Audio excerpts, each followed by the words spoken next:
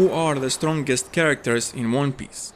The strongest characters in One Piece are the Yonkos and the Admirals. Thanks for watching, like and share if you like this video, and subscribe for more One Piece videos. I'm just kidding, no one is stronger than Buggy. The Yonkos and the Admirals are nothing compared to this living legend. Thanks for watching, but now all jokes aside, the strongest characters are... You know what? Let's start over from the beginning. Okay, great. The intro is too long. So let's speed it up. Oh no, where did we end up? In space? Is that an elf ship? Where is it going? Okay, let's go back and try again. Okay, great, now we are at the right place. In all seriousness, in this video I will not talk about the Yonkos and the Admirals, because it is obvious that they are strong and I don't think anyone has any doubts about them. And Oda made it clear by giving them titles. So that's why I think there is no reason to talk about them in this video, because I'm not saying anything that you guys don't already know. But instead I will focus on some other characters that I think they are the strongest characters in One Piece. Before I start, I want to tell you guys that this video was requested by one of you guys. I always welcome your requests. I have a lot of ideas for videos, but not that much time. And your requests help me decide what videos should I make. Because what is the point of making videos that you guys don't want to watch?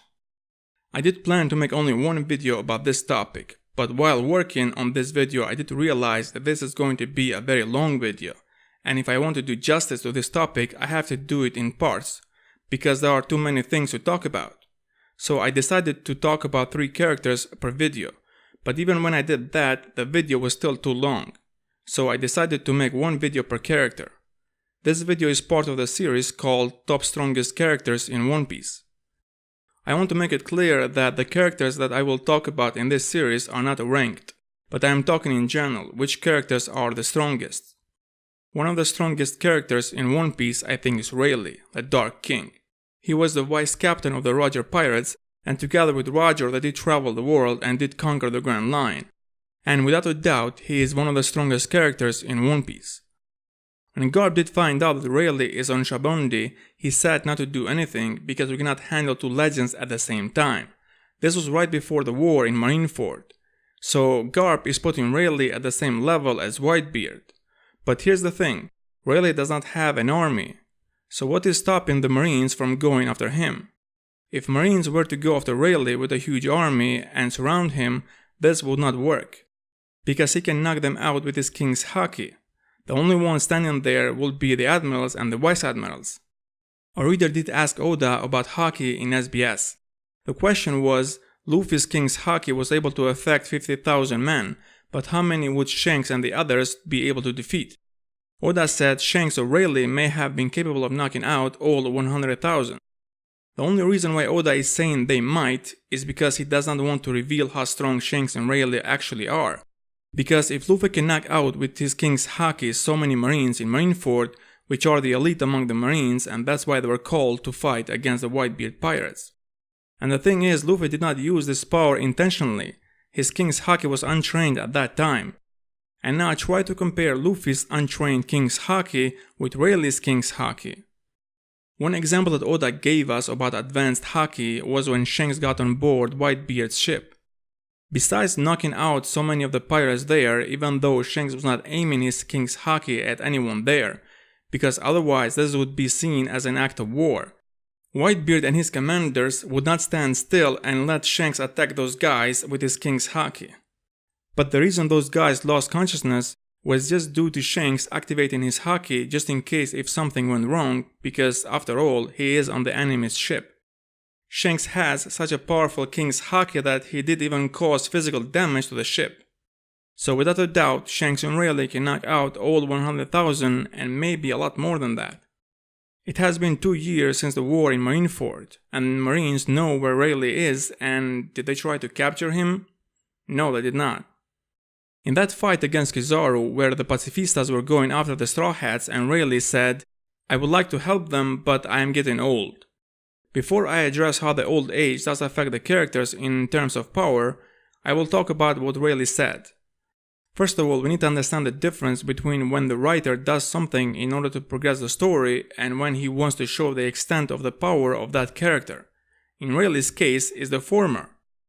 Because if Rayleigh would have saved them, then Kuma would not be able to send the Straw Hats to those locations that were ideal for them to train during the time skip.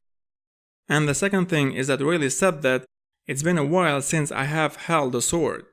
So it would have been unrealistic if Rayleigh would wipe the floor with everyone there. While Rayleigh spent his time messing around and gambling, Kizaru and the rest are active Marines, so it will look bad for them if Rayleigh would defeat them so easily. Kizaru even says that you are making me look bad. Rayleigh is human after all, and that would affect how he fights. But if he will come out of his retirement, then things will be different.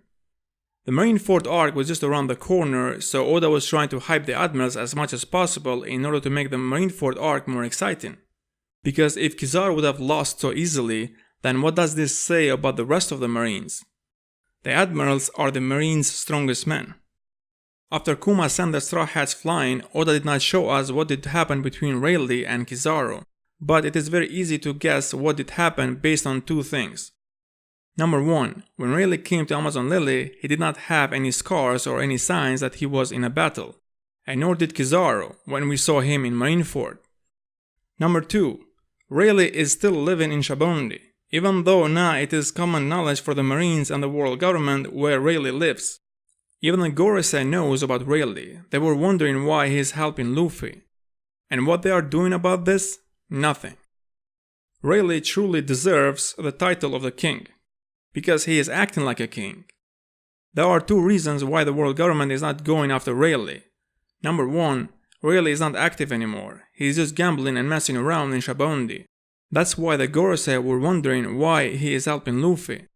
Number 2, taking him down will cost them a lot.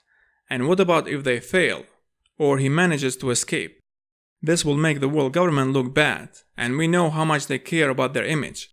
This is why they are not doing anything, because they would love to capture Rayleigh, the Dark King, the former first mate of the Pirate King, and execute him in front of the world and try to intimidate their enemies. Especially at this time when things are not stable in the world. Just remember Laws and Doflamingo's speech about what is about to happen in the world. And now I will talk about how the old age affects the characters in terms of their power. When it comes to how strong a character is, the old age means nothing. Just like the young age doesn't mean anything. Here's why. The old age is just a safety switch for the writers. If the story requires that old character to die, then he will die, and the readers will not have problems because they would think, well, he was old and that's why he could not win this battle. And in the minds of the readers, this makes sense. But if the story requires that old character to save the day, then that old character will do the impossible and crush every obstacle on his way, even though he is old.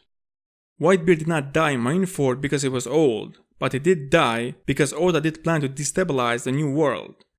Right after Whitebeard died, the supernovas did enter the New World, and then Blackbeard took Whitebeard's place in the New World as one of the 4 emperors. If Whitebeard would still be alive, then Blackbeard would not become a Yonko. And also Oda did plan for Ace to die since the beginning because he did not want Luffy to compete against his brother to become the Pirate King. And that's why Saba is now a revolutionary and not a pirate. The old age does affect the body in terms of energy, stamina, recovery, etc. But here's how the old age effect is negated. The older a character gets, the more experienced he is and therefore he can use his power more efficiently. He can achieve the same result but with less effort. Let's take for example Luffy's battle against Doflamingo. At the beginning Luffy did use Gear 2nd and 3rd, but when he did realize that Gear 2nd and 3rd will not be enough to defeat Doflamingo, Luffy did use Gear 4th. When Luffy will face opponents in the future that are at the same level as Doflamingo, he will not use Gear 2nd and 3rd, because he knows from his experience that Gear 2nd and 3rd will not be enough. And this way he will save his energy and still achieve the same result. So whatever problems the old age brings, it will not play a role because with old age also comes experience. So things are balanced. This was it for part 1 of this series. I will give you a hint about who I'm going to talk in the next video. This guy uses mountains as his punching bag. Thanks for watching, like and share if you like this video and subscribe for more One Piece videos.